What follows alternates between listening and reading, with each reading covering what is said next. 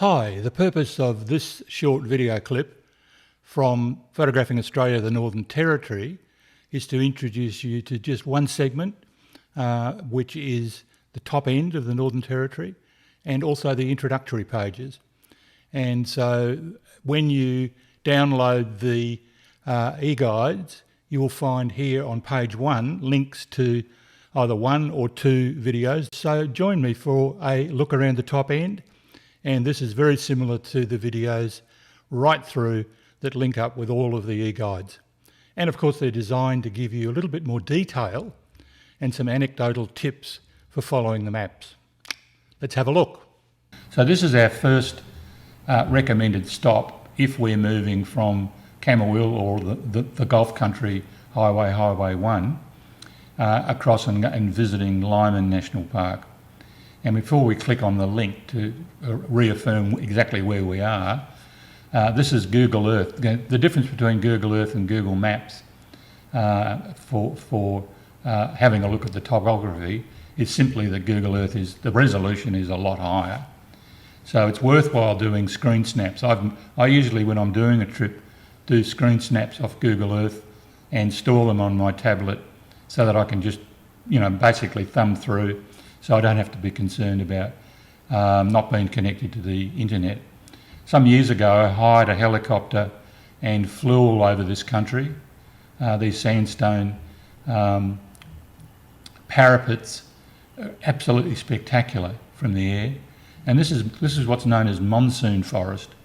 It's a type of rainforest, and sometimes you get springs and wonderful for birds in these areas. And so the route to Lyman, now you can hire a helicopter at Cape Crawford. Let's just have a look at this on the map. You can see we're in Lyman National Park, and if we were to go to click on satellite, and again depending on your internet how fast that will come up, you can see it there, camping ground, Southern Lost City, those images that we looked at here, these two images here are both Southern Lost City. So you can actually camp there, get up in the morning. I've actually suggested going out at night and maybe photographing geckos and put on a head torch, put on your electronic flash on your camera. And of course the rock haunting ringtail possum is also found there. So this is the sort of country you can see, very interesting geology, and you'll be moving through there. If we go back to our map, you can see the road there. You'll be moving up here. You can camp in these areas and do your early morning photography. This is very famous for barramundi fishing. Towns River Campground, that would be great for bird photography and maybe a bit of fishing. Also the Roper River. And then we're moving across through Roper Bar, and we're coming across then back to the main Northern Highway. Here it is here. And of course Mataranka's worth a visit too for a swim in the pool. And then up through to Katherine, Nitmalik National Park. And of course you can always do Nitmalik on your way back. And then of course Kakadu and across to Darwin. So that's the sort of route that you're coming through there. So Nitmalik National Park, I consider Nitmalik probably one of the best photographic regions in the country. In my opinion, it's a rival to Kakadu National Park. It's particularly good from the camping area. So this is going up the gorge. You can see this is one of the river cruises, and you can either hire a canoe or, as I've suggested in previous volumes, it's not a bad idea to actually take a canoe with you. And of course, before you go launching canoes in the top end of the Northern Territory, you need to check with the rangers in relation to crocodiles. You certainly wouldn't be paddling around Kakadu in a canoe. A little bit unstable. Of course, if you're putting your cameras in there, you need a nice waterproof drum. So this is the vast country up here in Nitmalik, and you can see here when you look at it on a map, if you have got your own boat, here they are, here Nitmalik Tours. If we flick on our satellite, you can see the fantastic escarpment, stone country. Wilderness walkers go for big long hikes here. There's lots and lots of walks. You can look those up. Heli Spirit Katherine Gorge, you can do scenic flights from there. And this camping area is really fabulous. You can go for walks morning and afternoon. There's plenty of space in the camping area. And if you've got your own canoe and you're a very keen wildlife photographer, rather than going up the gorge, you could even consider, leaving a campsite early in the morning and doing a bit of a paddle downstream, and you'll find lots and lots of birds in and around the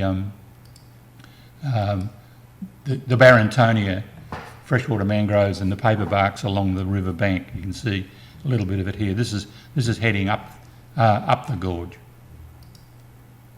Now, coming into Kakadu National Park, Kakadu National Park is huge. It's got many different regions to it. You can see here, Yellow Waters, Jabiru, you can go up to the East Alligator. So we're going to be exploring some of that country in this module. But before we do, I've introduced Kakadu vis-a-vis the seasons. And of course, the Indigenous people in the traditional days moved around this vast region as per the actual seasons. Time for collecting goose eggs, time for in the wet season moving up into the stone country. And so that's an introduction to Kakadu National Park. I've made quite a big feature of it because it is incredibly photogenic and very popular. There are various regions. I've got them all linked to maps so that you can click on those and have a look at the terrain and have a look at the road system. And of course, if you call into the National Park Information Centre, you'll be able to get very detailed maps to the area in terms of camping and so on and so forth. I have provided a couple of National Park PDF maps systems for the various volumes, but I don't want to put anything up that's out of date or likely to go out of date fairly quickly. And it's a really good idea to call into the Information Centre. And of course, if you're camping, you're going to have to get camp permits. And it's also worth checking out on the National Park website whether or not you actually have to book in advance. Places like Lawn Hill Gorge in Queensland, others that I've been to, you can find that they are in fact booked out. But you can always drive out into the bush and camp somewhere, so you're not going to be totally stuck.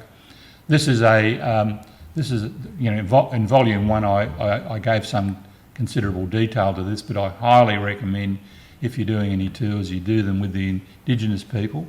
This is a wonderful tour where we took a photographic group out for a whole day in the South Alligator region, and of course East Alligator region, which is incredibly picturesque and beautiful. This is a place called Uber, and in the introduction I dedicated this entire series to Big Bill Naichi, the late Big Bill Naichi, who was the traditional owner. His granddaughter is currently taking tours up the East Alligator, and you can have a look there at the terrain map, and you'll see just how spectacular this area is. This is probably one of the most, in Australia certainly, I can't speak for the globe, one of the most saltwater crocodile infested areas in the entire country. There's some very, very large saltwater crocodiles in this area. And this Carhill's Crossing is where you'll find people camp in the designated camping areas here. You can see driving tracks and also walking tracks. But this spectacular area over here, if you do go on a flight, which you'll need to do from Jabiru, the pilot will do a flyover this particular area, which is very vast. You can see there's a few little tracks in there. These would be to outstations for Indigenous folk. They're not accessible to you or I as passers through. So you do need to get permission to get into this sort of country. But Uber is very popular. It's a beautiful rock art there, and all of this country here was Big Bill's country, and you can see these vast wetlands. And during the wet season, that's just totally covered with water lilies. It's very, very spectacular. We have the Jim Jim area, we have the Anabangbang Billabong region, Nalangi Rock. These are all regions that you can visit. One of the most popular areas is Yellow Waters Lagoon. You can see me there with my 2 cameras. I carry one for landscape photography and one for birds. As I've suggested in volume 1, if you're doing this sort of work, it's great to have 2 cameras. unless you've got one of the nice fancy new iPhones, you might use that for the landscape photography. But I cut my teeth in bird photography, particularly waterbird photography, in the Yellow Waters region. Now that is where the boat tours go out, Yellow Waters boat tours. There is a little resort there. There is also a camping area, but you can see here the vast wetland area there that you can get out onto on one of your tours. Again, this is not a private canoe. I'd recommend a little tinny with an outboard motor for pottering around, getting out very early in the morning. One of the problems, if you're a serious nature photographer, one of the problems going out on the Yellow Water tours is there's a lot of talking through a microphone. They don't go out quite early enough for my liking.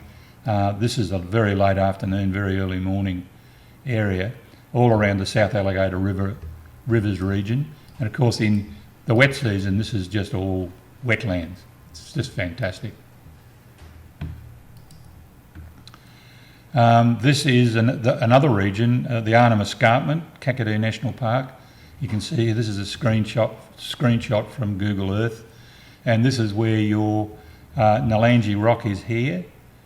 We might go back and have a bit of a click on that, and also Jim Jim Falls. During the drier season, you need to check. You can't just drive up there. You need to check because the road is closed during the wet season. You can drive up to Jim Jim Falls. This is Twin Falls, which is a short drive and a walk. These are the two famous waterfalls. So you've got Jim Jim Falls, and you've got Twin Falls. A little bit of a story there about the Leichhardt's grasshopper that's intriguing to read. So if we went back to the Jim Jim region, if we just clicked on that, you'll see how spectacular that is. There's the car park, you can see up in the corner there. There's the Jim Jim region. So this is the Arnhem Escarpment. There's a campground there. You can camp up there. Very spectacular and very impressive. There's no doubt about that. It's a very impressive area.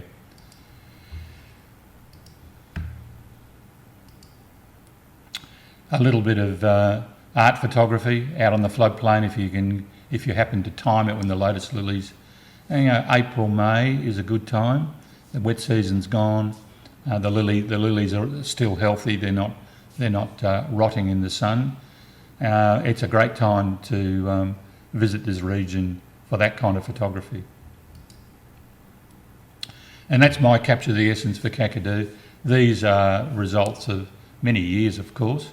But if you do your research, you do your planning, you get in with some guided tours, and as I encourage again and again and again through these volumes, talk to the rangers, talk to information centres in town, do your homework, and you will find that you will be able to, you'll find places and visit places that you hadn't seen before.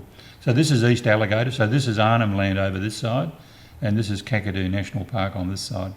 So when you do the East Alligator cruise with Big Bill's granddaughter or other Indigenous guides, I'm sure she doesn't do them all, from Hubert, you book in Hubert in the information centre there, you'll be going up this river as far as you can actually go before they run into a sandbank or something, and you'll be seeing lots and lots of crocodiles. Coming into Darwin, Darwin's a very interesting place to photograph and visit. You can see here Darwin's got great photography. It's very famous for Mindle Beach sunset. Probably one of, I would say without a doubt, the most popular activity in Darwin is taking your click-click bed and your camp table down onto the beach for sunset. So you'll get to meet the locals down there at that time of the day. So that's my Essence of Darwin page. Lots of colour, lots of wonderful sunsets, lots of events. Very multicultural place. Very close to Darwin is Fog Dam Conservation Reserve. This is probably one of the most accessible, spectacular water bird photographic areas in the entire top end. You've got to work for your water birds in Kakadu and the other wetland areas, but in this particular area, and I'm going to switch over to satellite, you can see here Fog Dam. It looks very domestic, and it kind of is, but there's the road. You can drive along this road. I think they've blocked walking now because there are saltwater crocodiles in this area. You can see here the water's, in this particular satellite image, the water is, has retreated. This is probably during the middle of the year, but that is completely inundated during the wet season. And there's a parking lot over here, this parking lot over there. I'm going to show you some of the images that I've actually recorded. That's right next to the parking lot. All of these images here, that's also next to the parking lot. All of these images were actually taken, would you believe, from my Land Cruiser window with a 4, 5 or 600 millimetre lens. Over the years I've changed focal lengths. And if you stay in your car and you shoot from the window and you just happen to time it, again, April, May is great after the wet season. You'll find the birds there are interacting. There's some very striking bird images to be made from there. Lots of jabberoos. And because there's traffic, there's tour buses and there's people with caravans and so on and so forth, and some people do ignore signs and walk across. The birds are relatively used to people, and that's one of the things that makes photography particularly impressive in that area. So Top End Territory Wildlife Park. Now this is just south of, we won't open the map, but it's just south of Darwin. You can get a train, little train thing around, little train carriage around if you're feeling exhausted. And it's quite a large park, and after a very hot day, you might find that you've walked enough kilometres and you just want to sit under the shade and wait for the cart to come and pick you up. But they've got wonderful aquaria. This is a wonderful place to actually get some wildlife images to complement the landscape images that you're taking. For instance, you won't be going underwater anywhere across the top end with your underwater camera. Two problems with freshwater photography is you kick up the sediment and you've got pretty fuzzy water to photograph in, number one. Number two is these fishes and various different aquatic animals are very, very shy, so they're very hard to get close to. But the aquariums in the Territory's Top End Wildlife Park are absolutely spectacular. You can see these here. All of these were taken, and the birds and mammals. There's wild birds and mammals moving around the park, particularly the macropods, and some reptiles.